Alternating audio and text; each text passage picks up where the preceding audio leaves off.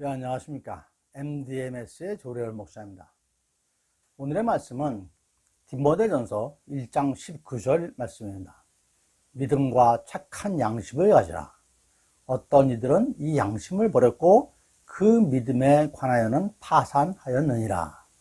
네, 이 말씀을 믿음과 착한 양심을 가지라 라는 제목으로 함께 나누도록 하겠습니다. 오늘 말씀의 주제어는 믿음 그리고 양심입니다. 과연 믿음과 양심이 어떤 관계가 있기 때문에 여기서 이렇게 말씀을 하셨을까요? 먼저 우리가 매일같이 항상 얘기하는 믿음에 대해서 잠깐 살펴보겠습니다.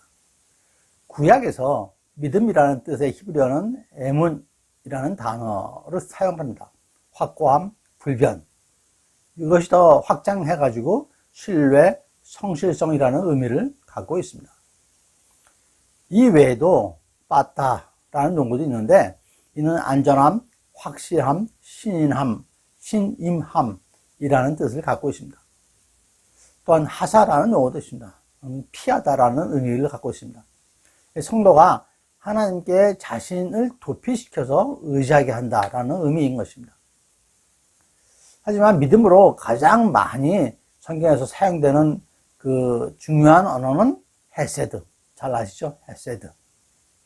이 헤세드는 사용하는 폭이 상당히 넓어서 하나님께서 사람에게 베푸시는 자비, 사람이 하나님께 갖는 경건함, 신앙심 또는 사람들 사이에서 갖게 되는 긍휼, 하나님의 언약 아래서의 그 인간에 대한 하나님의 은혜라는 뜻으로 많이 사용이 되고 있습니다.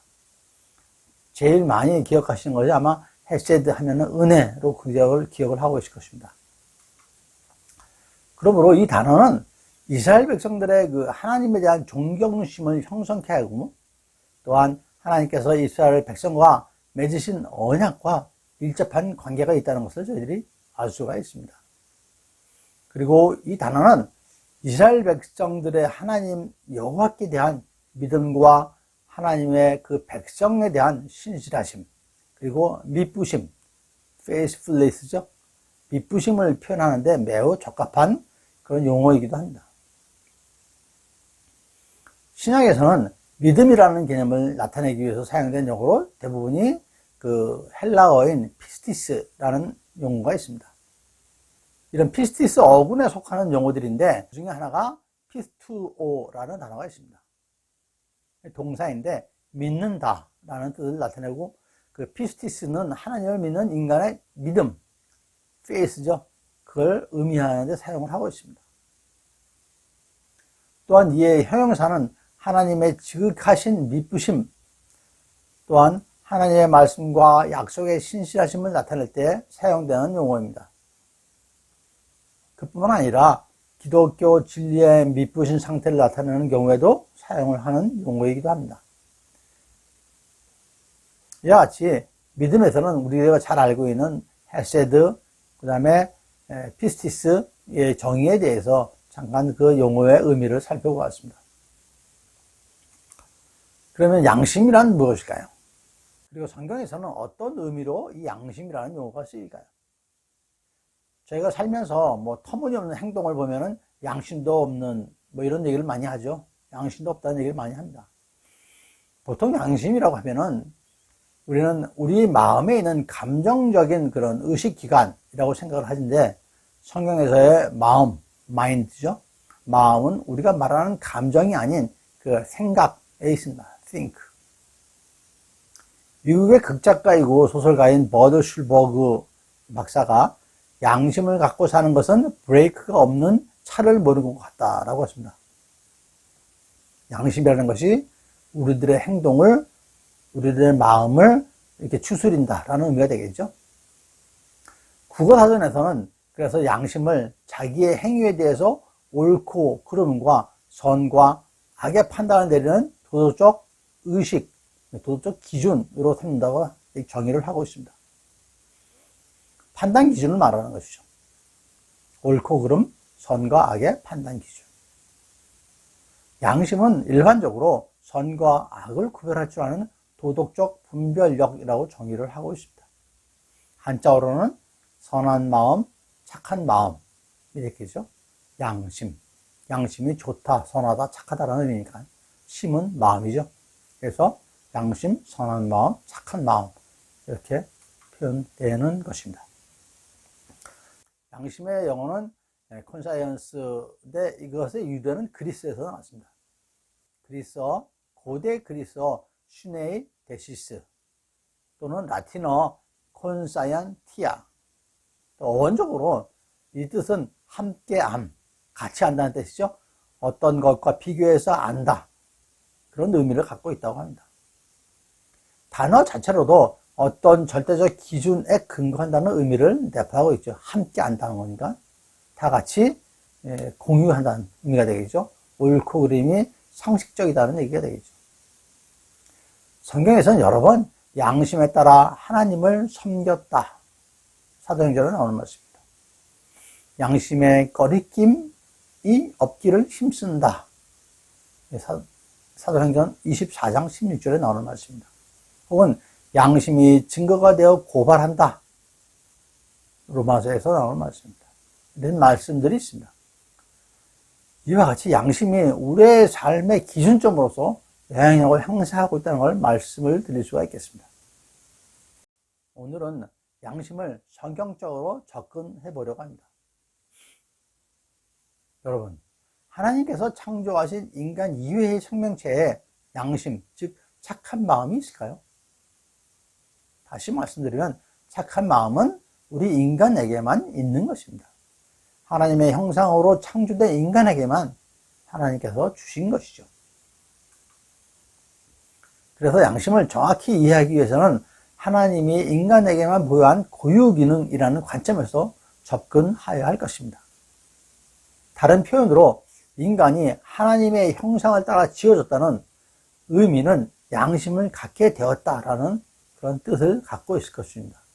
따라서 인간 본연의 양심은 스스로 도덕적인 선의 선택을 넘어서서 이 땅을 거룩하게 다스리려는 하나님의 창조 목적대로 선이 실천되어야지만 양심으로서의 온전한 가치를 지닌다고 말씀드릴 수 있겠습니다. 하나님의 뜻대로 그분의 절대적 기준대로 선을 행하는 것이 성경적 착한 양심의 본질인 것이죠. 성경에서 선과 악에 대하여 말씀하셨듯이 착한 양심과 불량한 양심, 악한 양심이 있을 것입니다. 그럼 착한 양심하고 악한 양심 잠깐 살펴보도록 하겠습니다. 성경에서 아담과 하와가 죄를 지은 날 하나님께서 에덴 동산에서 거니시는데 하나님의 소리를 듣고 하나님을 피하여 숨었다고 했습니다. 아담은 왜 숨었냐 그러니까 벗었으므로 두려워 숨었나이다 하고 대답했습니다.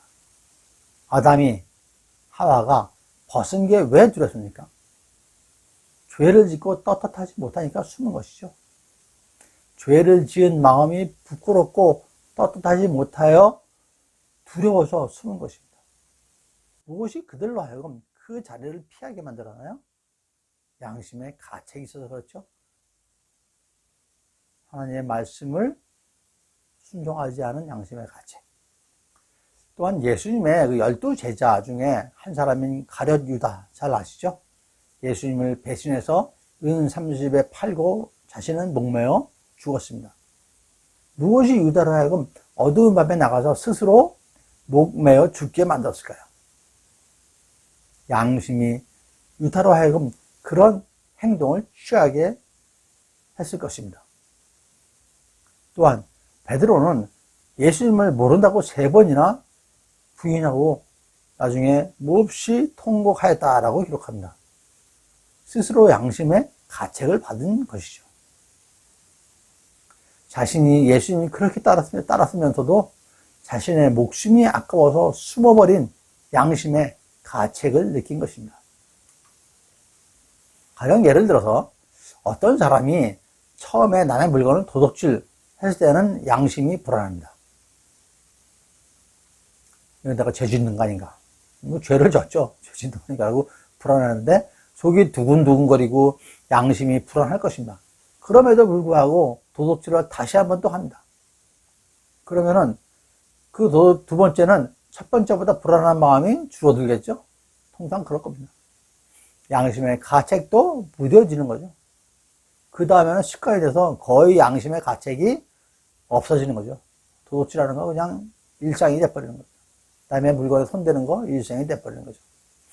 이처럼 양심에서 벗어난 행동을 하고도 가책을 크게 받지 않고 또 다시 양심에 어긋난 행동을 하는 사람을 불량한 양심의 소유자라고 할 수 있겠죠.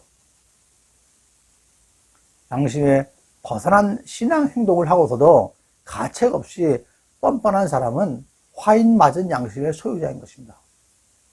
성경 말씀에 나오죠. 양심이 화인 맞았다고.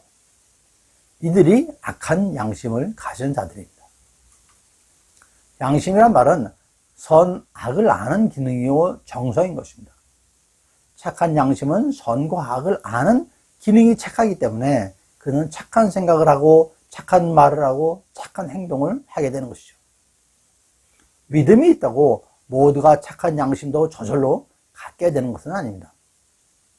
믿음은 있지만 착한 양심이 없는 신앙인은 이미 세상에서 빛을 잃은 것이죠. 세상에 비치하는 것이죠. 착한 양심은 있는데 믿음이 없는 사람은 뭡니까? 신앙인이 아니죠. 그래서 독일의 그 루터교 신학자이자 성서학자인 벵겔 박사님께서 믿음은 고귀한 향유와 같고 착한 양심은 유리 그릇 것 같다라고 하셨습니다.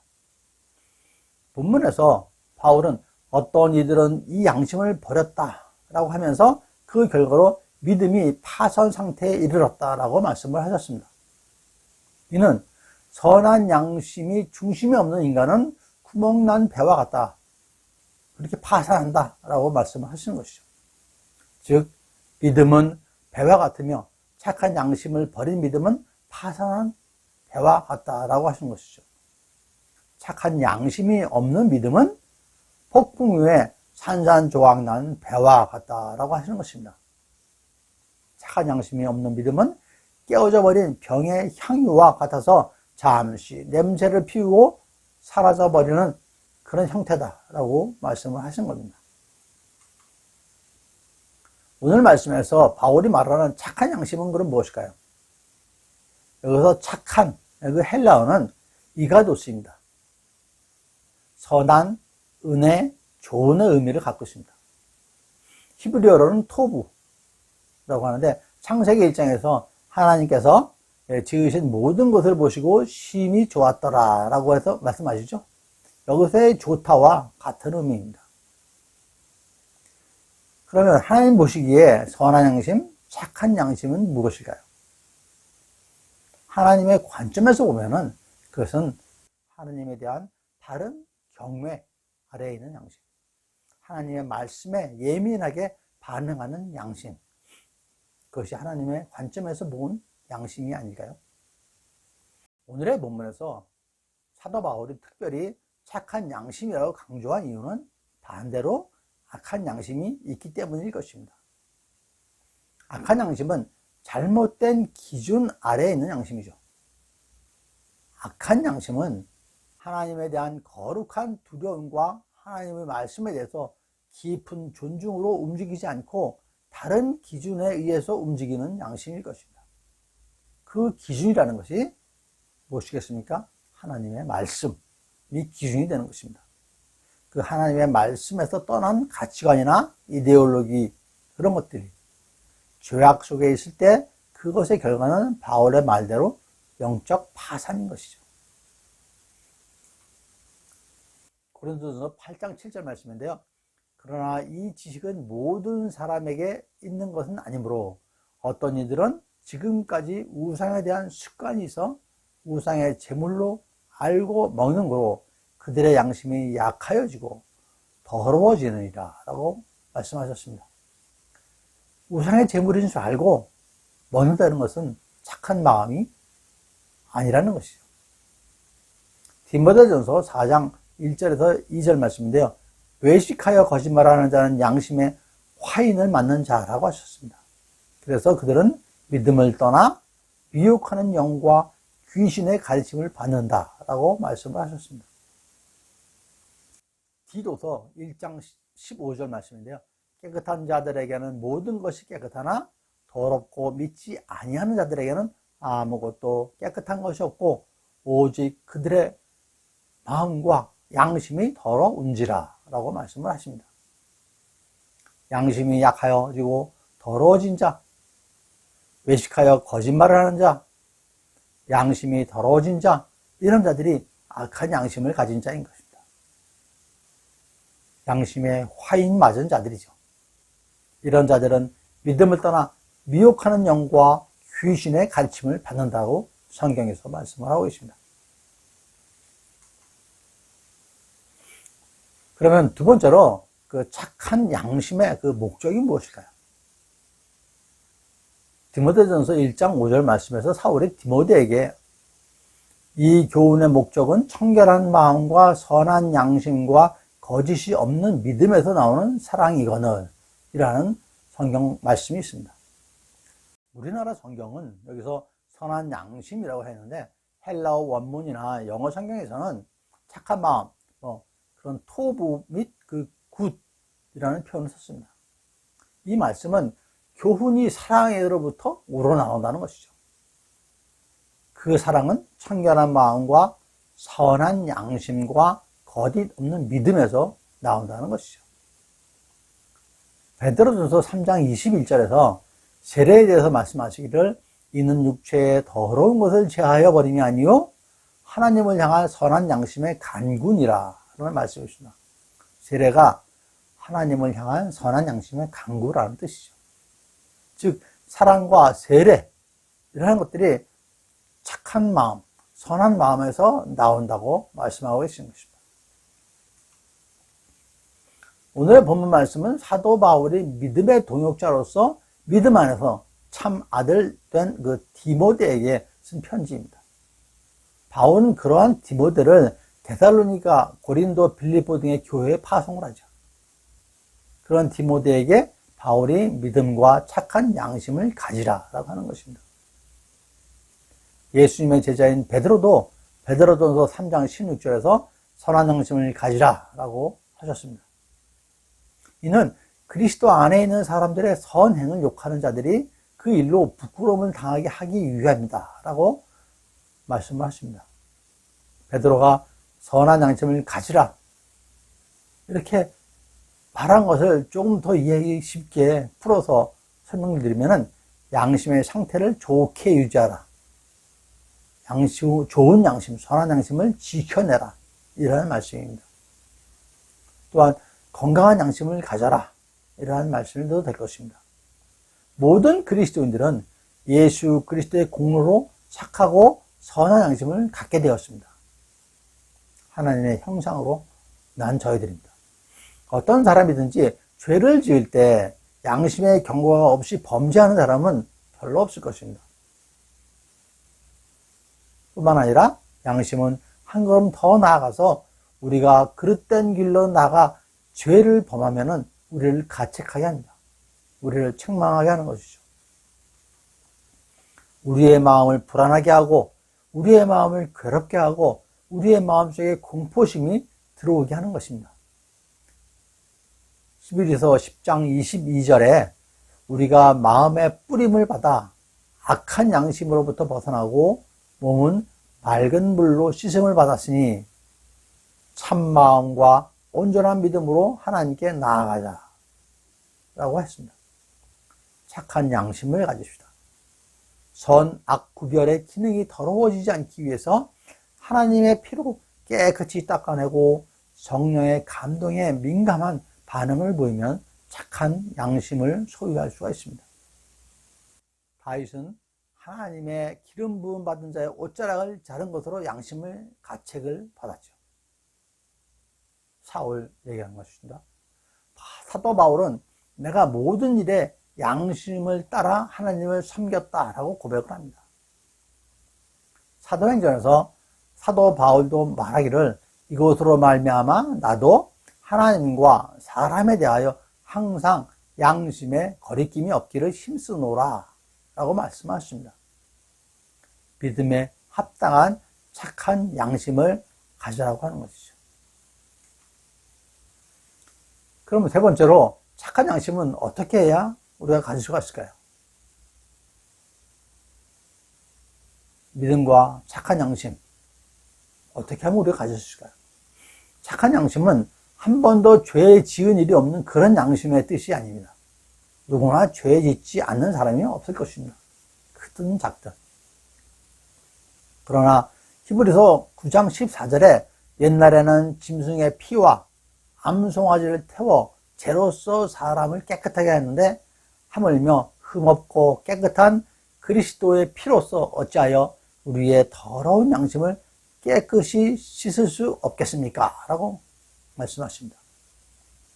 선한 양심은 전에 죄를 지었지만 그 죄를 깨닫고 회개하고 예수 그리스도의 십자가의 보혈로 깨끗이 씻음을 받은 양심을 말합니다.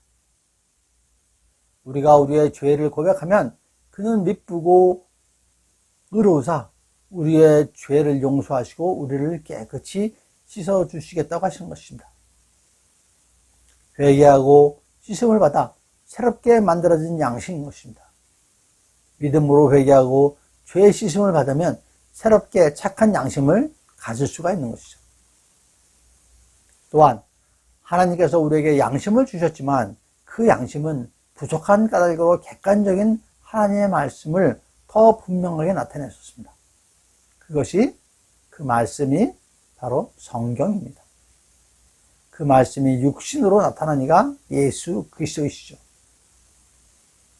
성경에 있는 말씀과 그리스도로 말미암아 우리의 양심이 수양을 받아서 훈련을 받아야 하는 것입니다. 그래야 착한 양심, 선한 양심을 가질 수 있죠. 어떤 때에는 단순히 우리의 양심이 부족해서, 양심이 연약해서 바로 판단하지 못할 때가 있습니다. 어떻게 해야 우리의 부족한 양심, 연약한 양심으로 좀 더 예민하게, 좀 더 바로 판단하게 있을까요? 말씀을 읽어야겠죠. 말씀을 알아야 할 것입니다. 하나님의 말씀을 읽고 하나님의 말씀을 공부하고 예수 그리스도의 행동을 보고 그 말씀을 듣고 그리스도의 생활과 교훈과 성경의 말씀으로 우리의 양심을 훈련시키고 깨끗하게 해야 할 것입니다. 그래야 우리의 양심이 점점 자라서 착하고 착한 양심이 될 것입니다. 그래야 사도 바울의 말씀과 같이 하나님 앞과 사람 앞에 부끄러움이 없는 양심을 가질 수 있을 것입니다. 믿음에 더하여 하나님의 자녀로, 그리스도의 자녀로 합당하게 착한 양심으로 살아가기 위해서는 말씀과 기도를 매일같이 매 순간 붙들어야 하는 것이죠. 악한 영이 들어와서 악한 양심이 생기지 않도록 꼭 붙들어야 하는 것입니다. 또한 우리의 양심을 회복시키는 것은 오직 예수 그리스도의 피입니다. 히브리서 3장 14절에 하물며 영원하신 성령으로 말미암아 흠없는 자기를 하나님께 드린 그리스도의 피가 어찌 너의 양심을 죽은 행실에서 깨끗하고 살아계신 하나님을 섬기게 하지 못하겠느냐 라고 하셨죠. 오직 예수 그리스도의 피, 보혈의 피입니다. 말씀을 정리하겠습니다. 믿음과 착한 양심 둘 중에 하나만 있어도 될 일이 아니죠. 그리스도인으로서 합당하게 세상에서 살아내기 위해서는 믿음에 착한 양심을 더하여야 합니다. 하나님의 관점에서 선과 악을 분별하는 착한 양심으로 살아내기 위해서는 말씀과 기도로 악한 양심이 우리한테 들어오지 못하도록 해야 합니다. 믿음과 착한 양심으로 항상 영적 전투에서 승리하시는 저와 여러분 되시기를 간절히 축원드립니다. 네, 감사합니다. MDMS의 조례을 목사였습니다.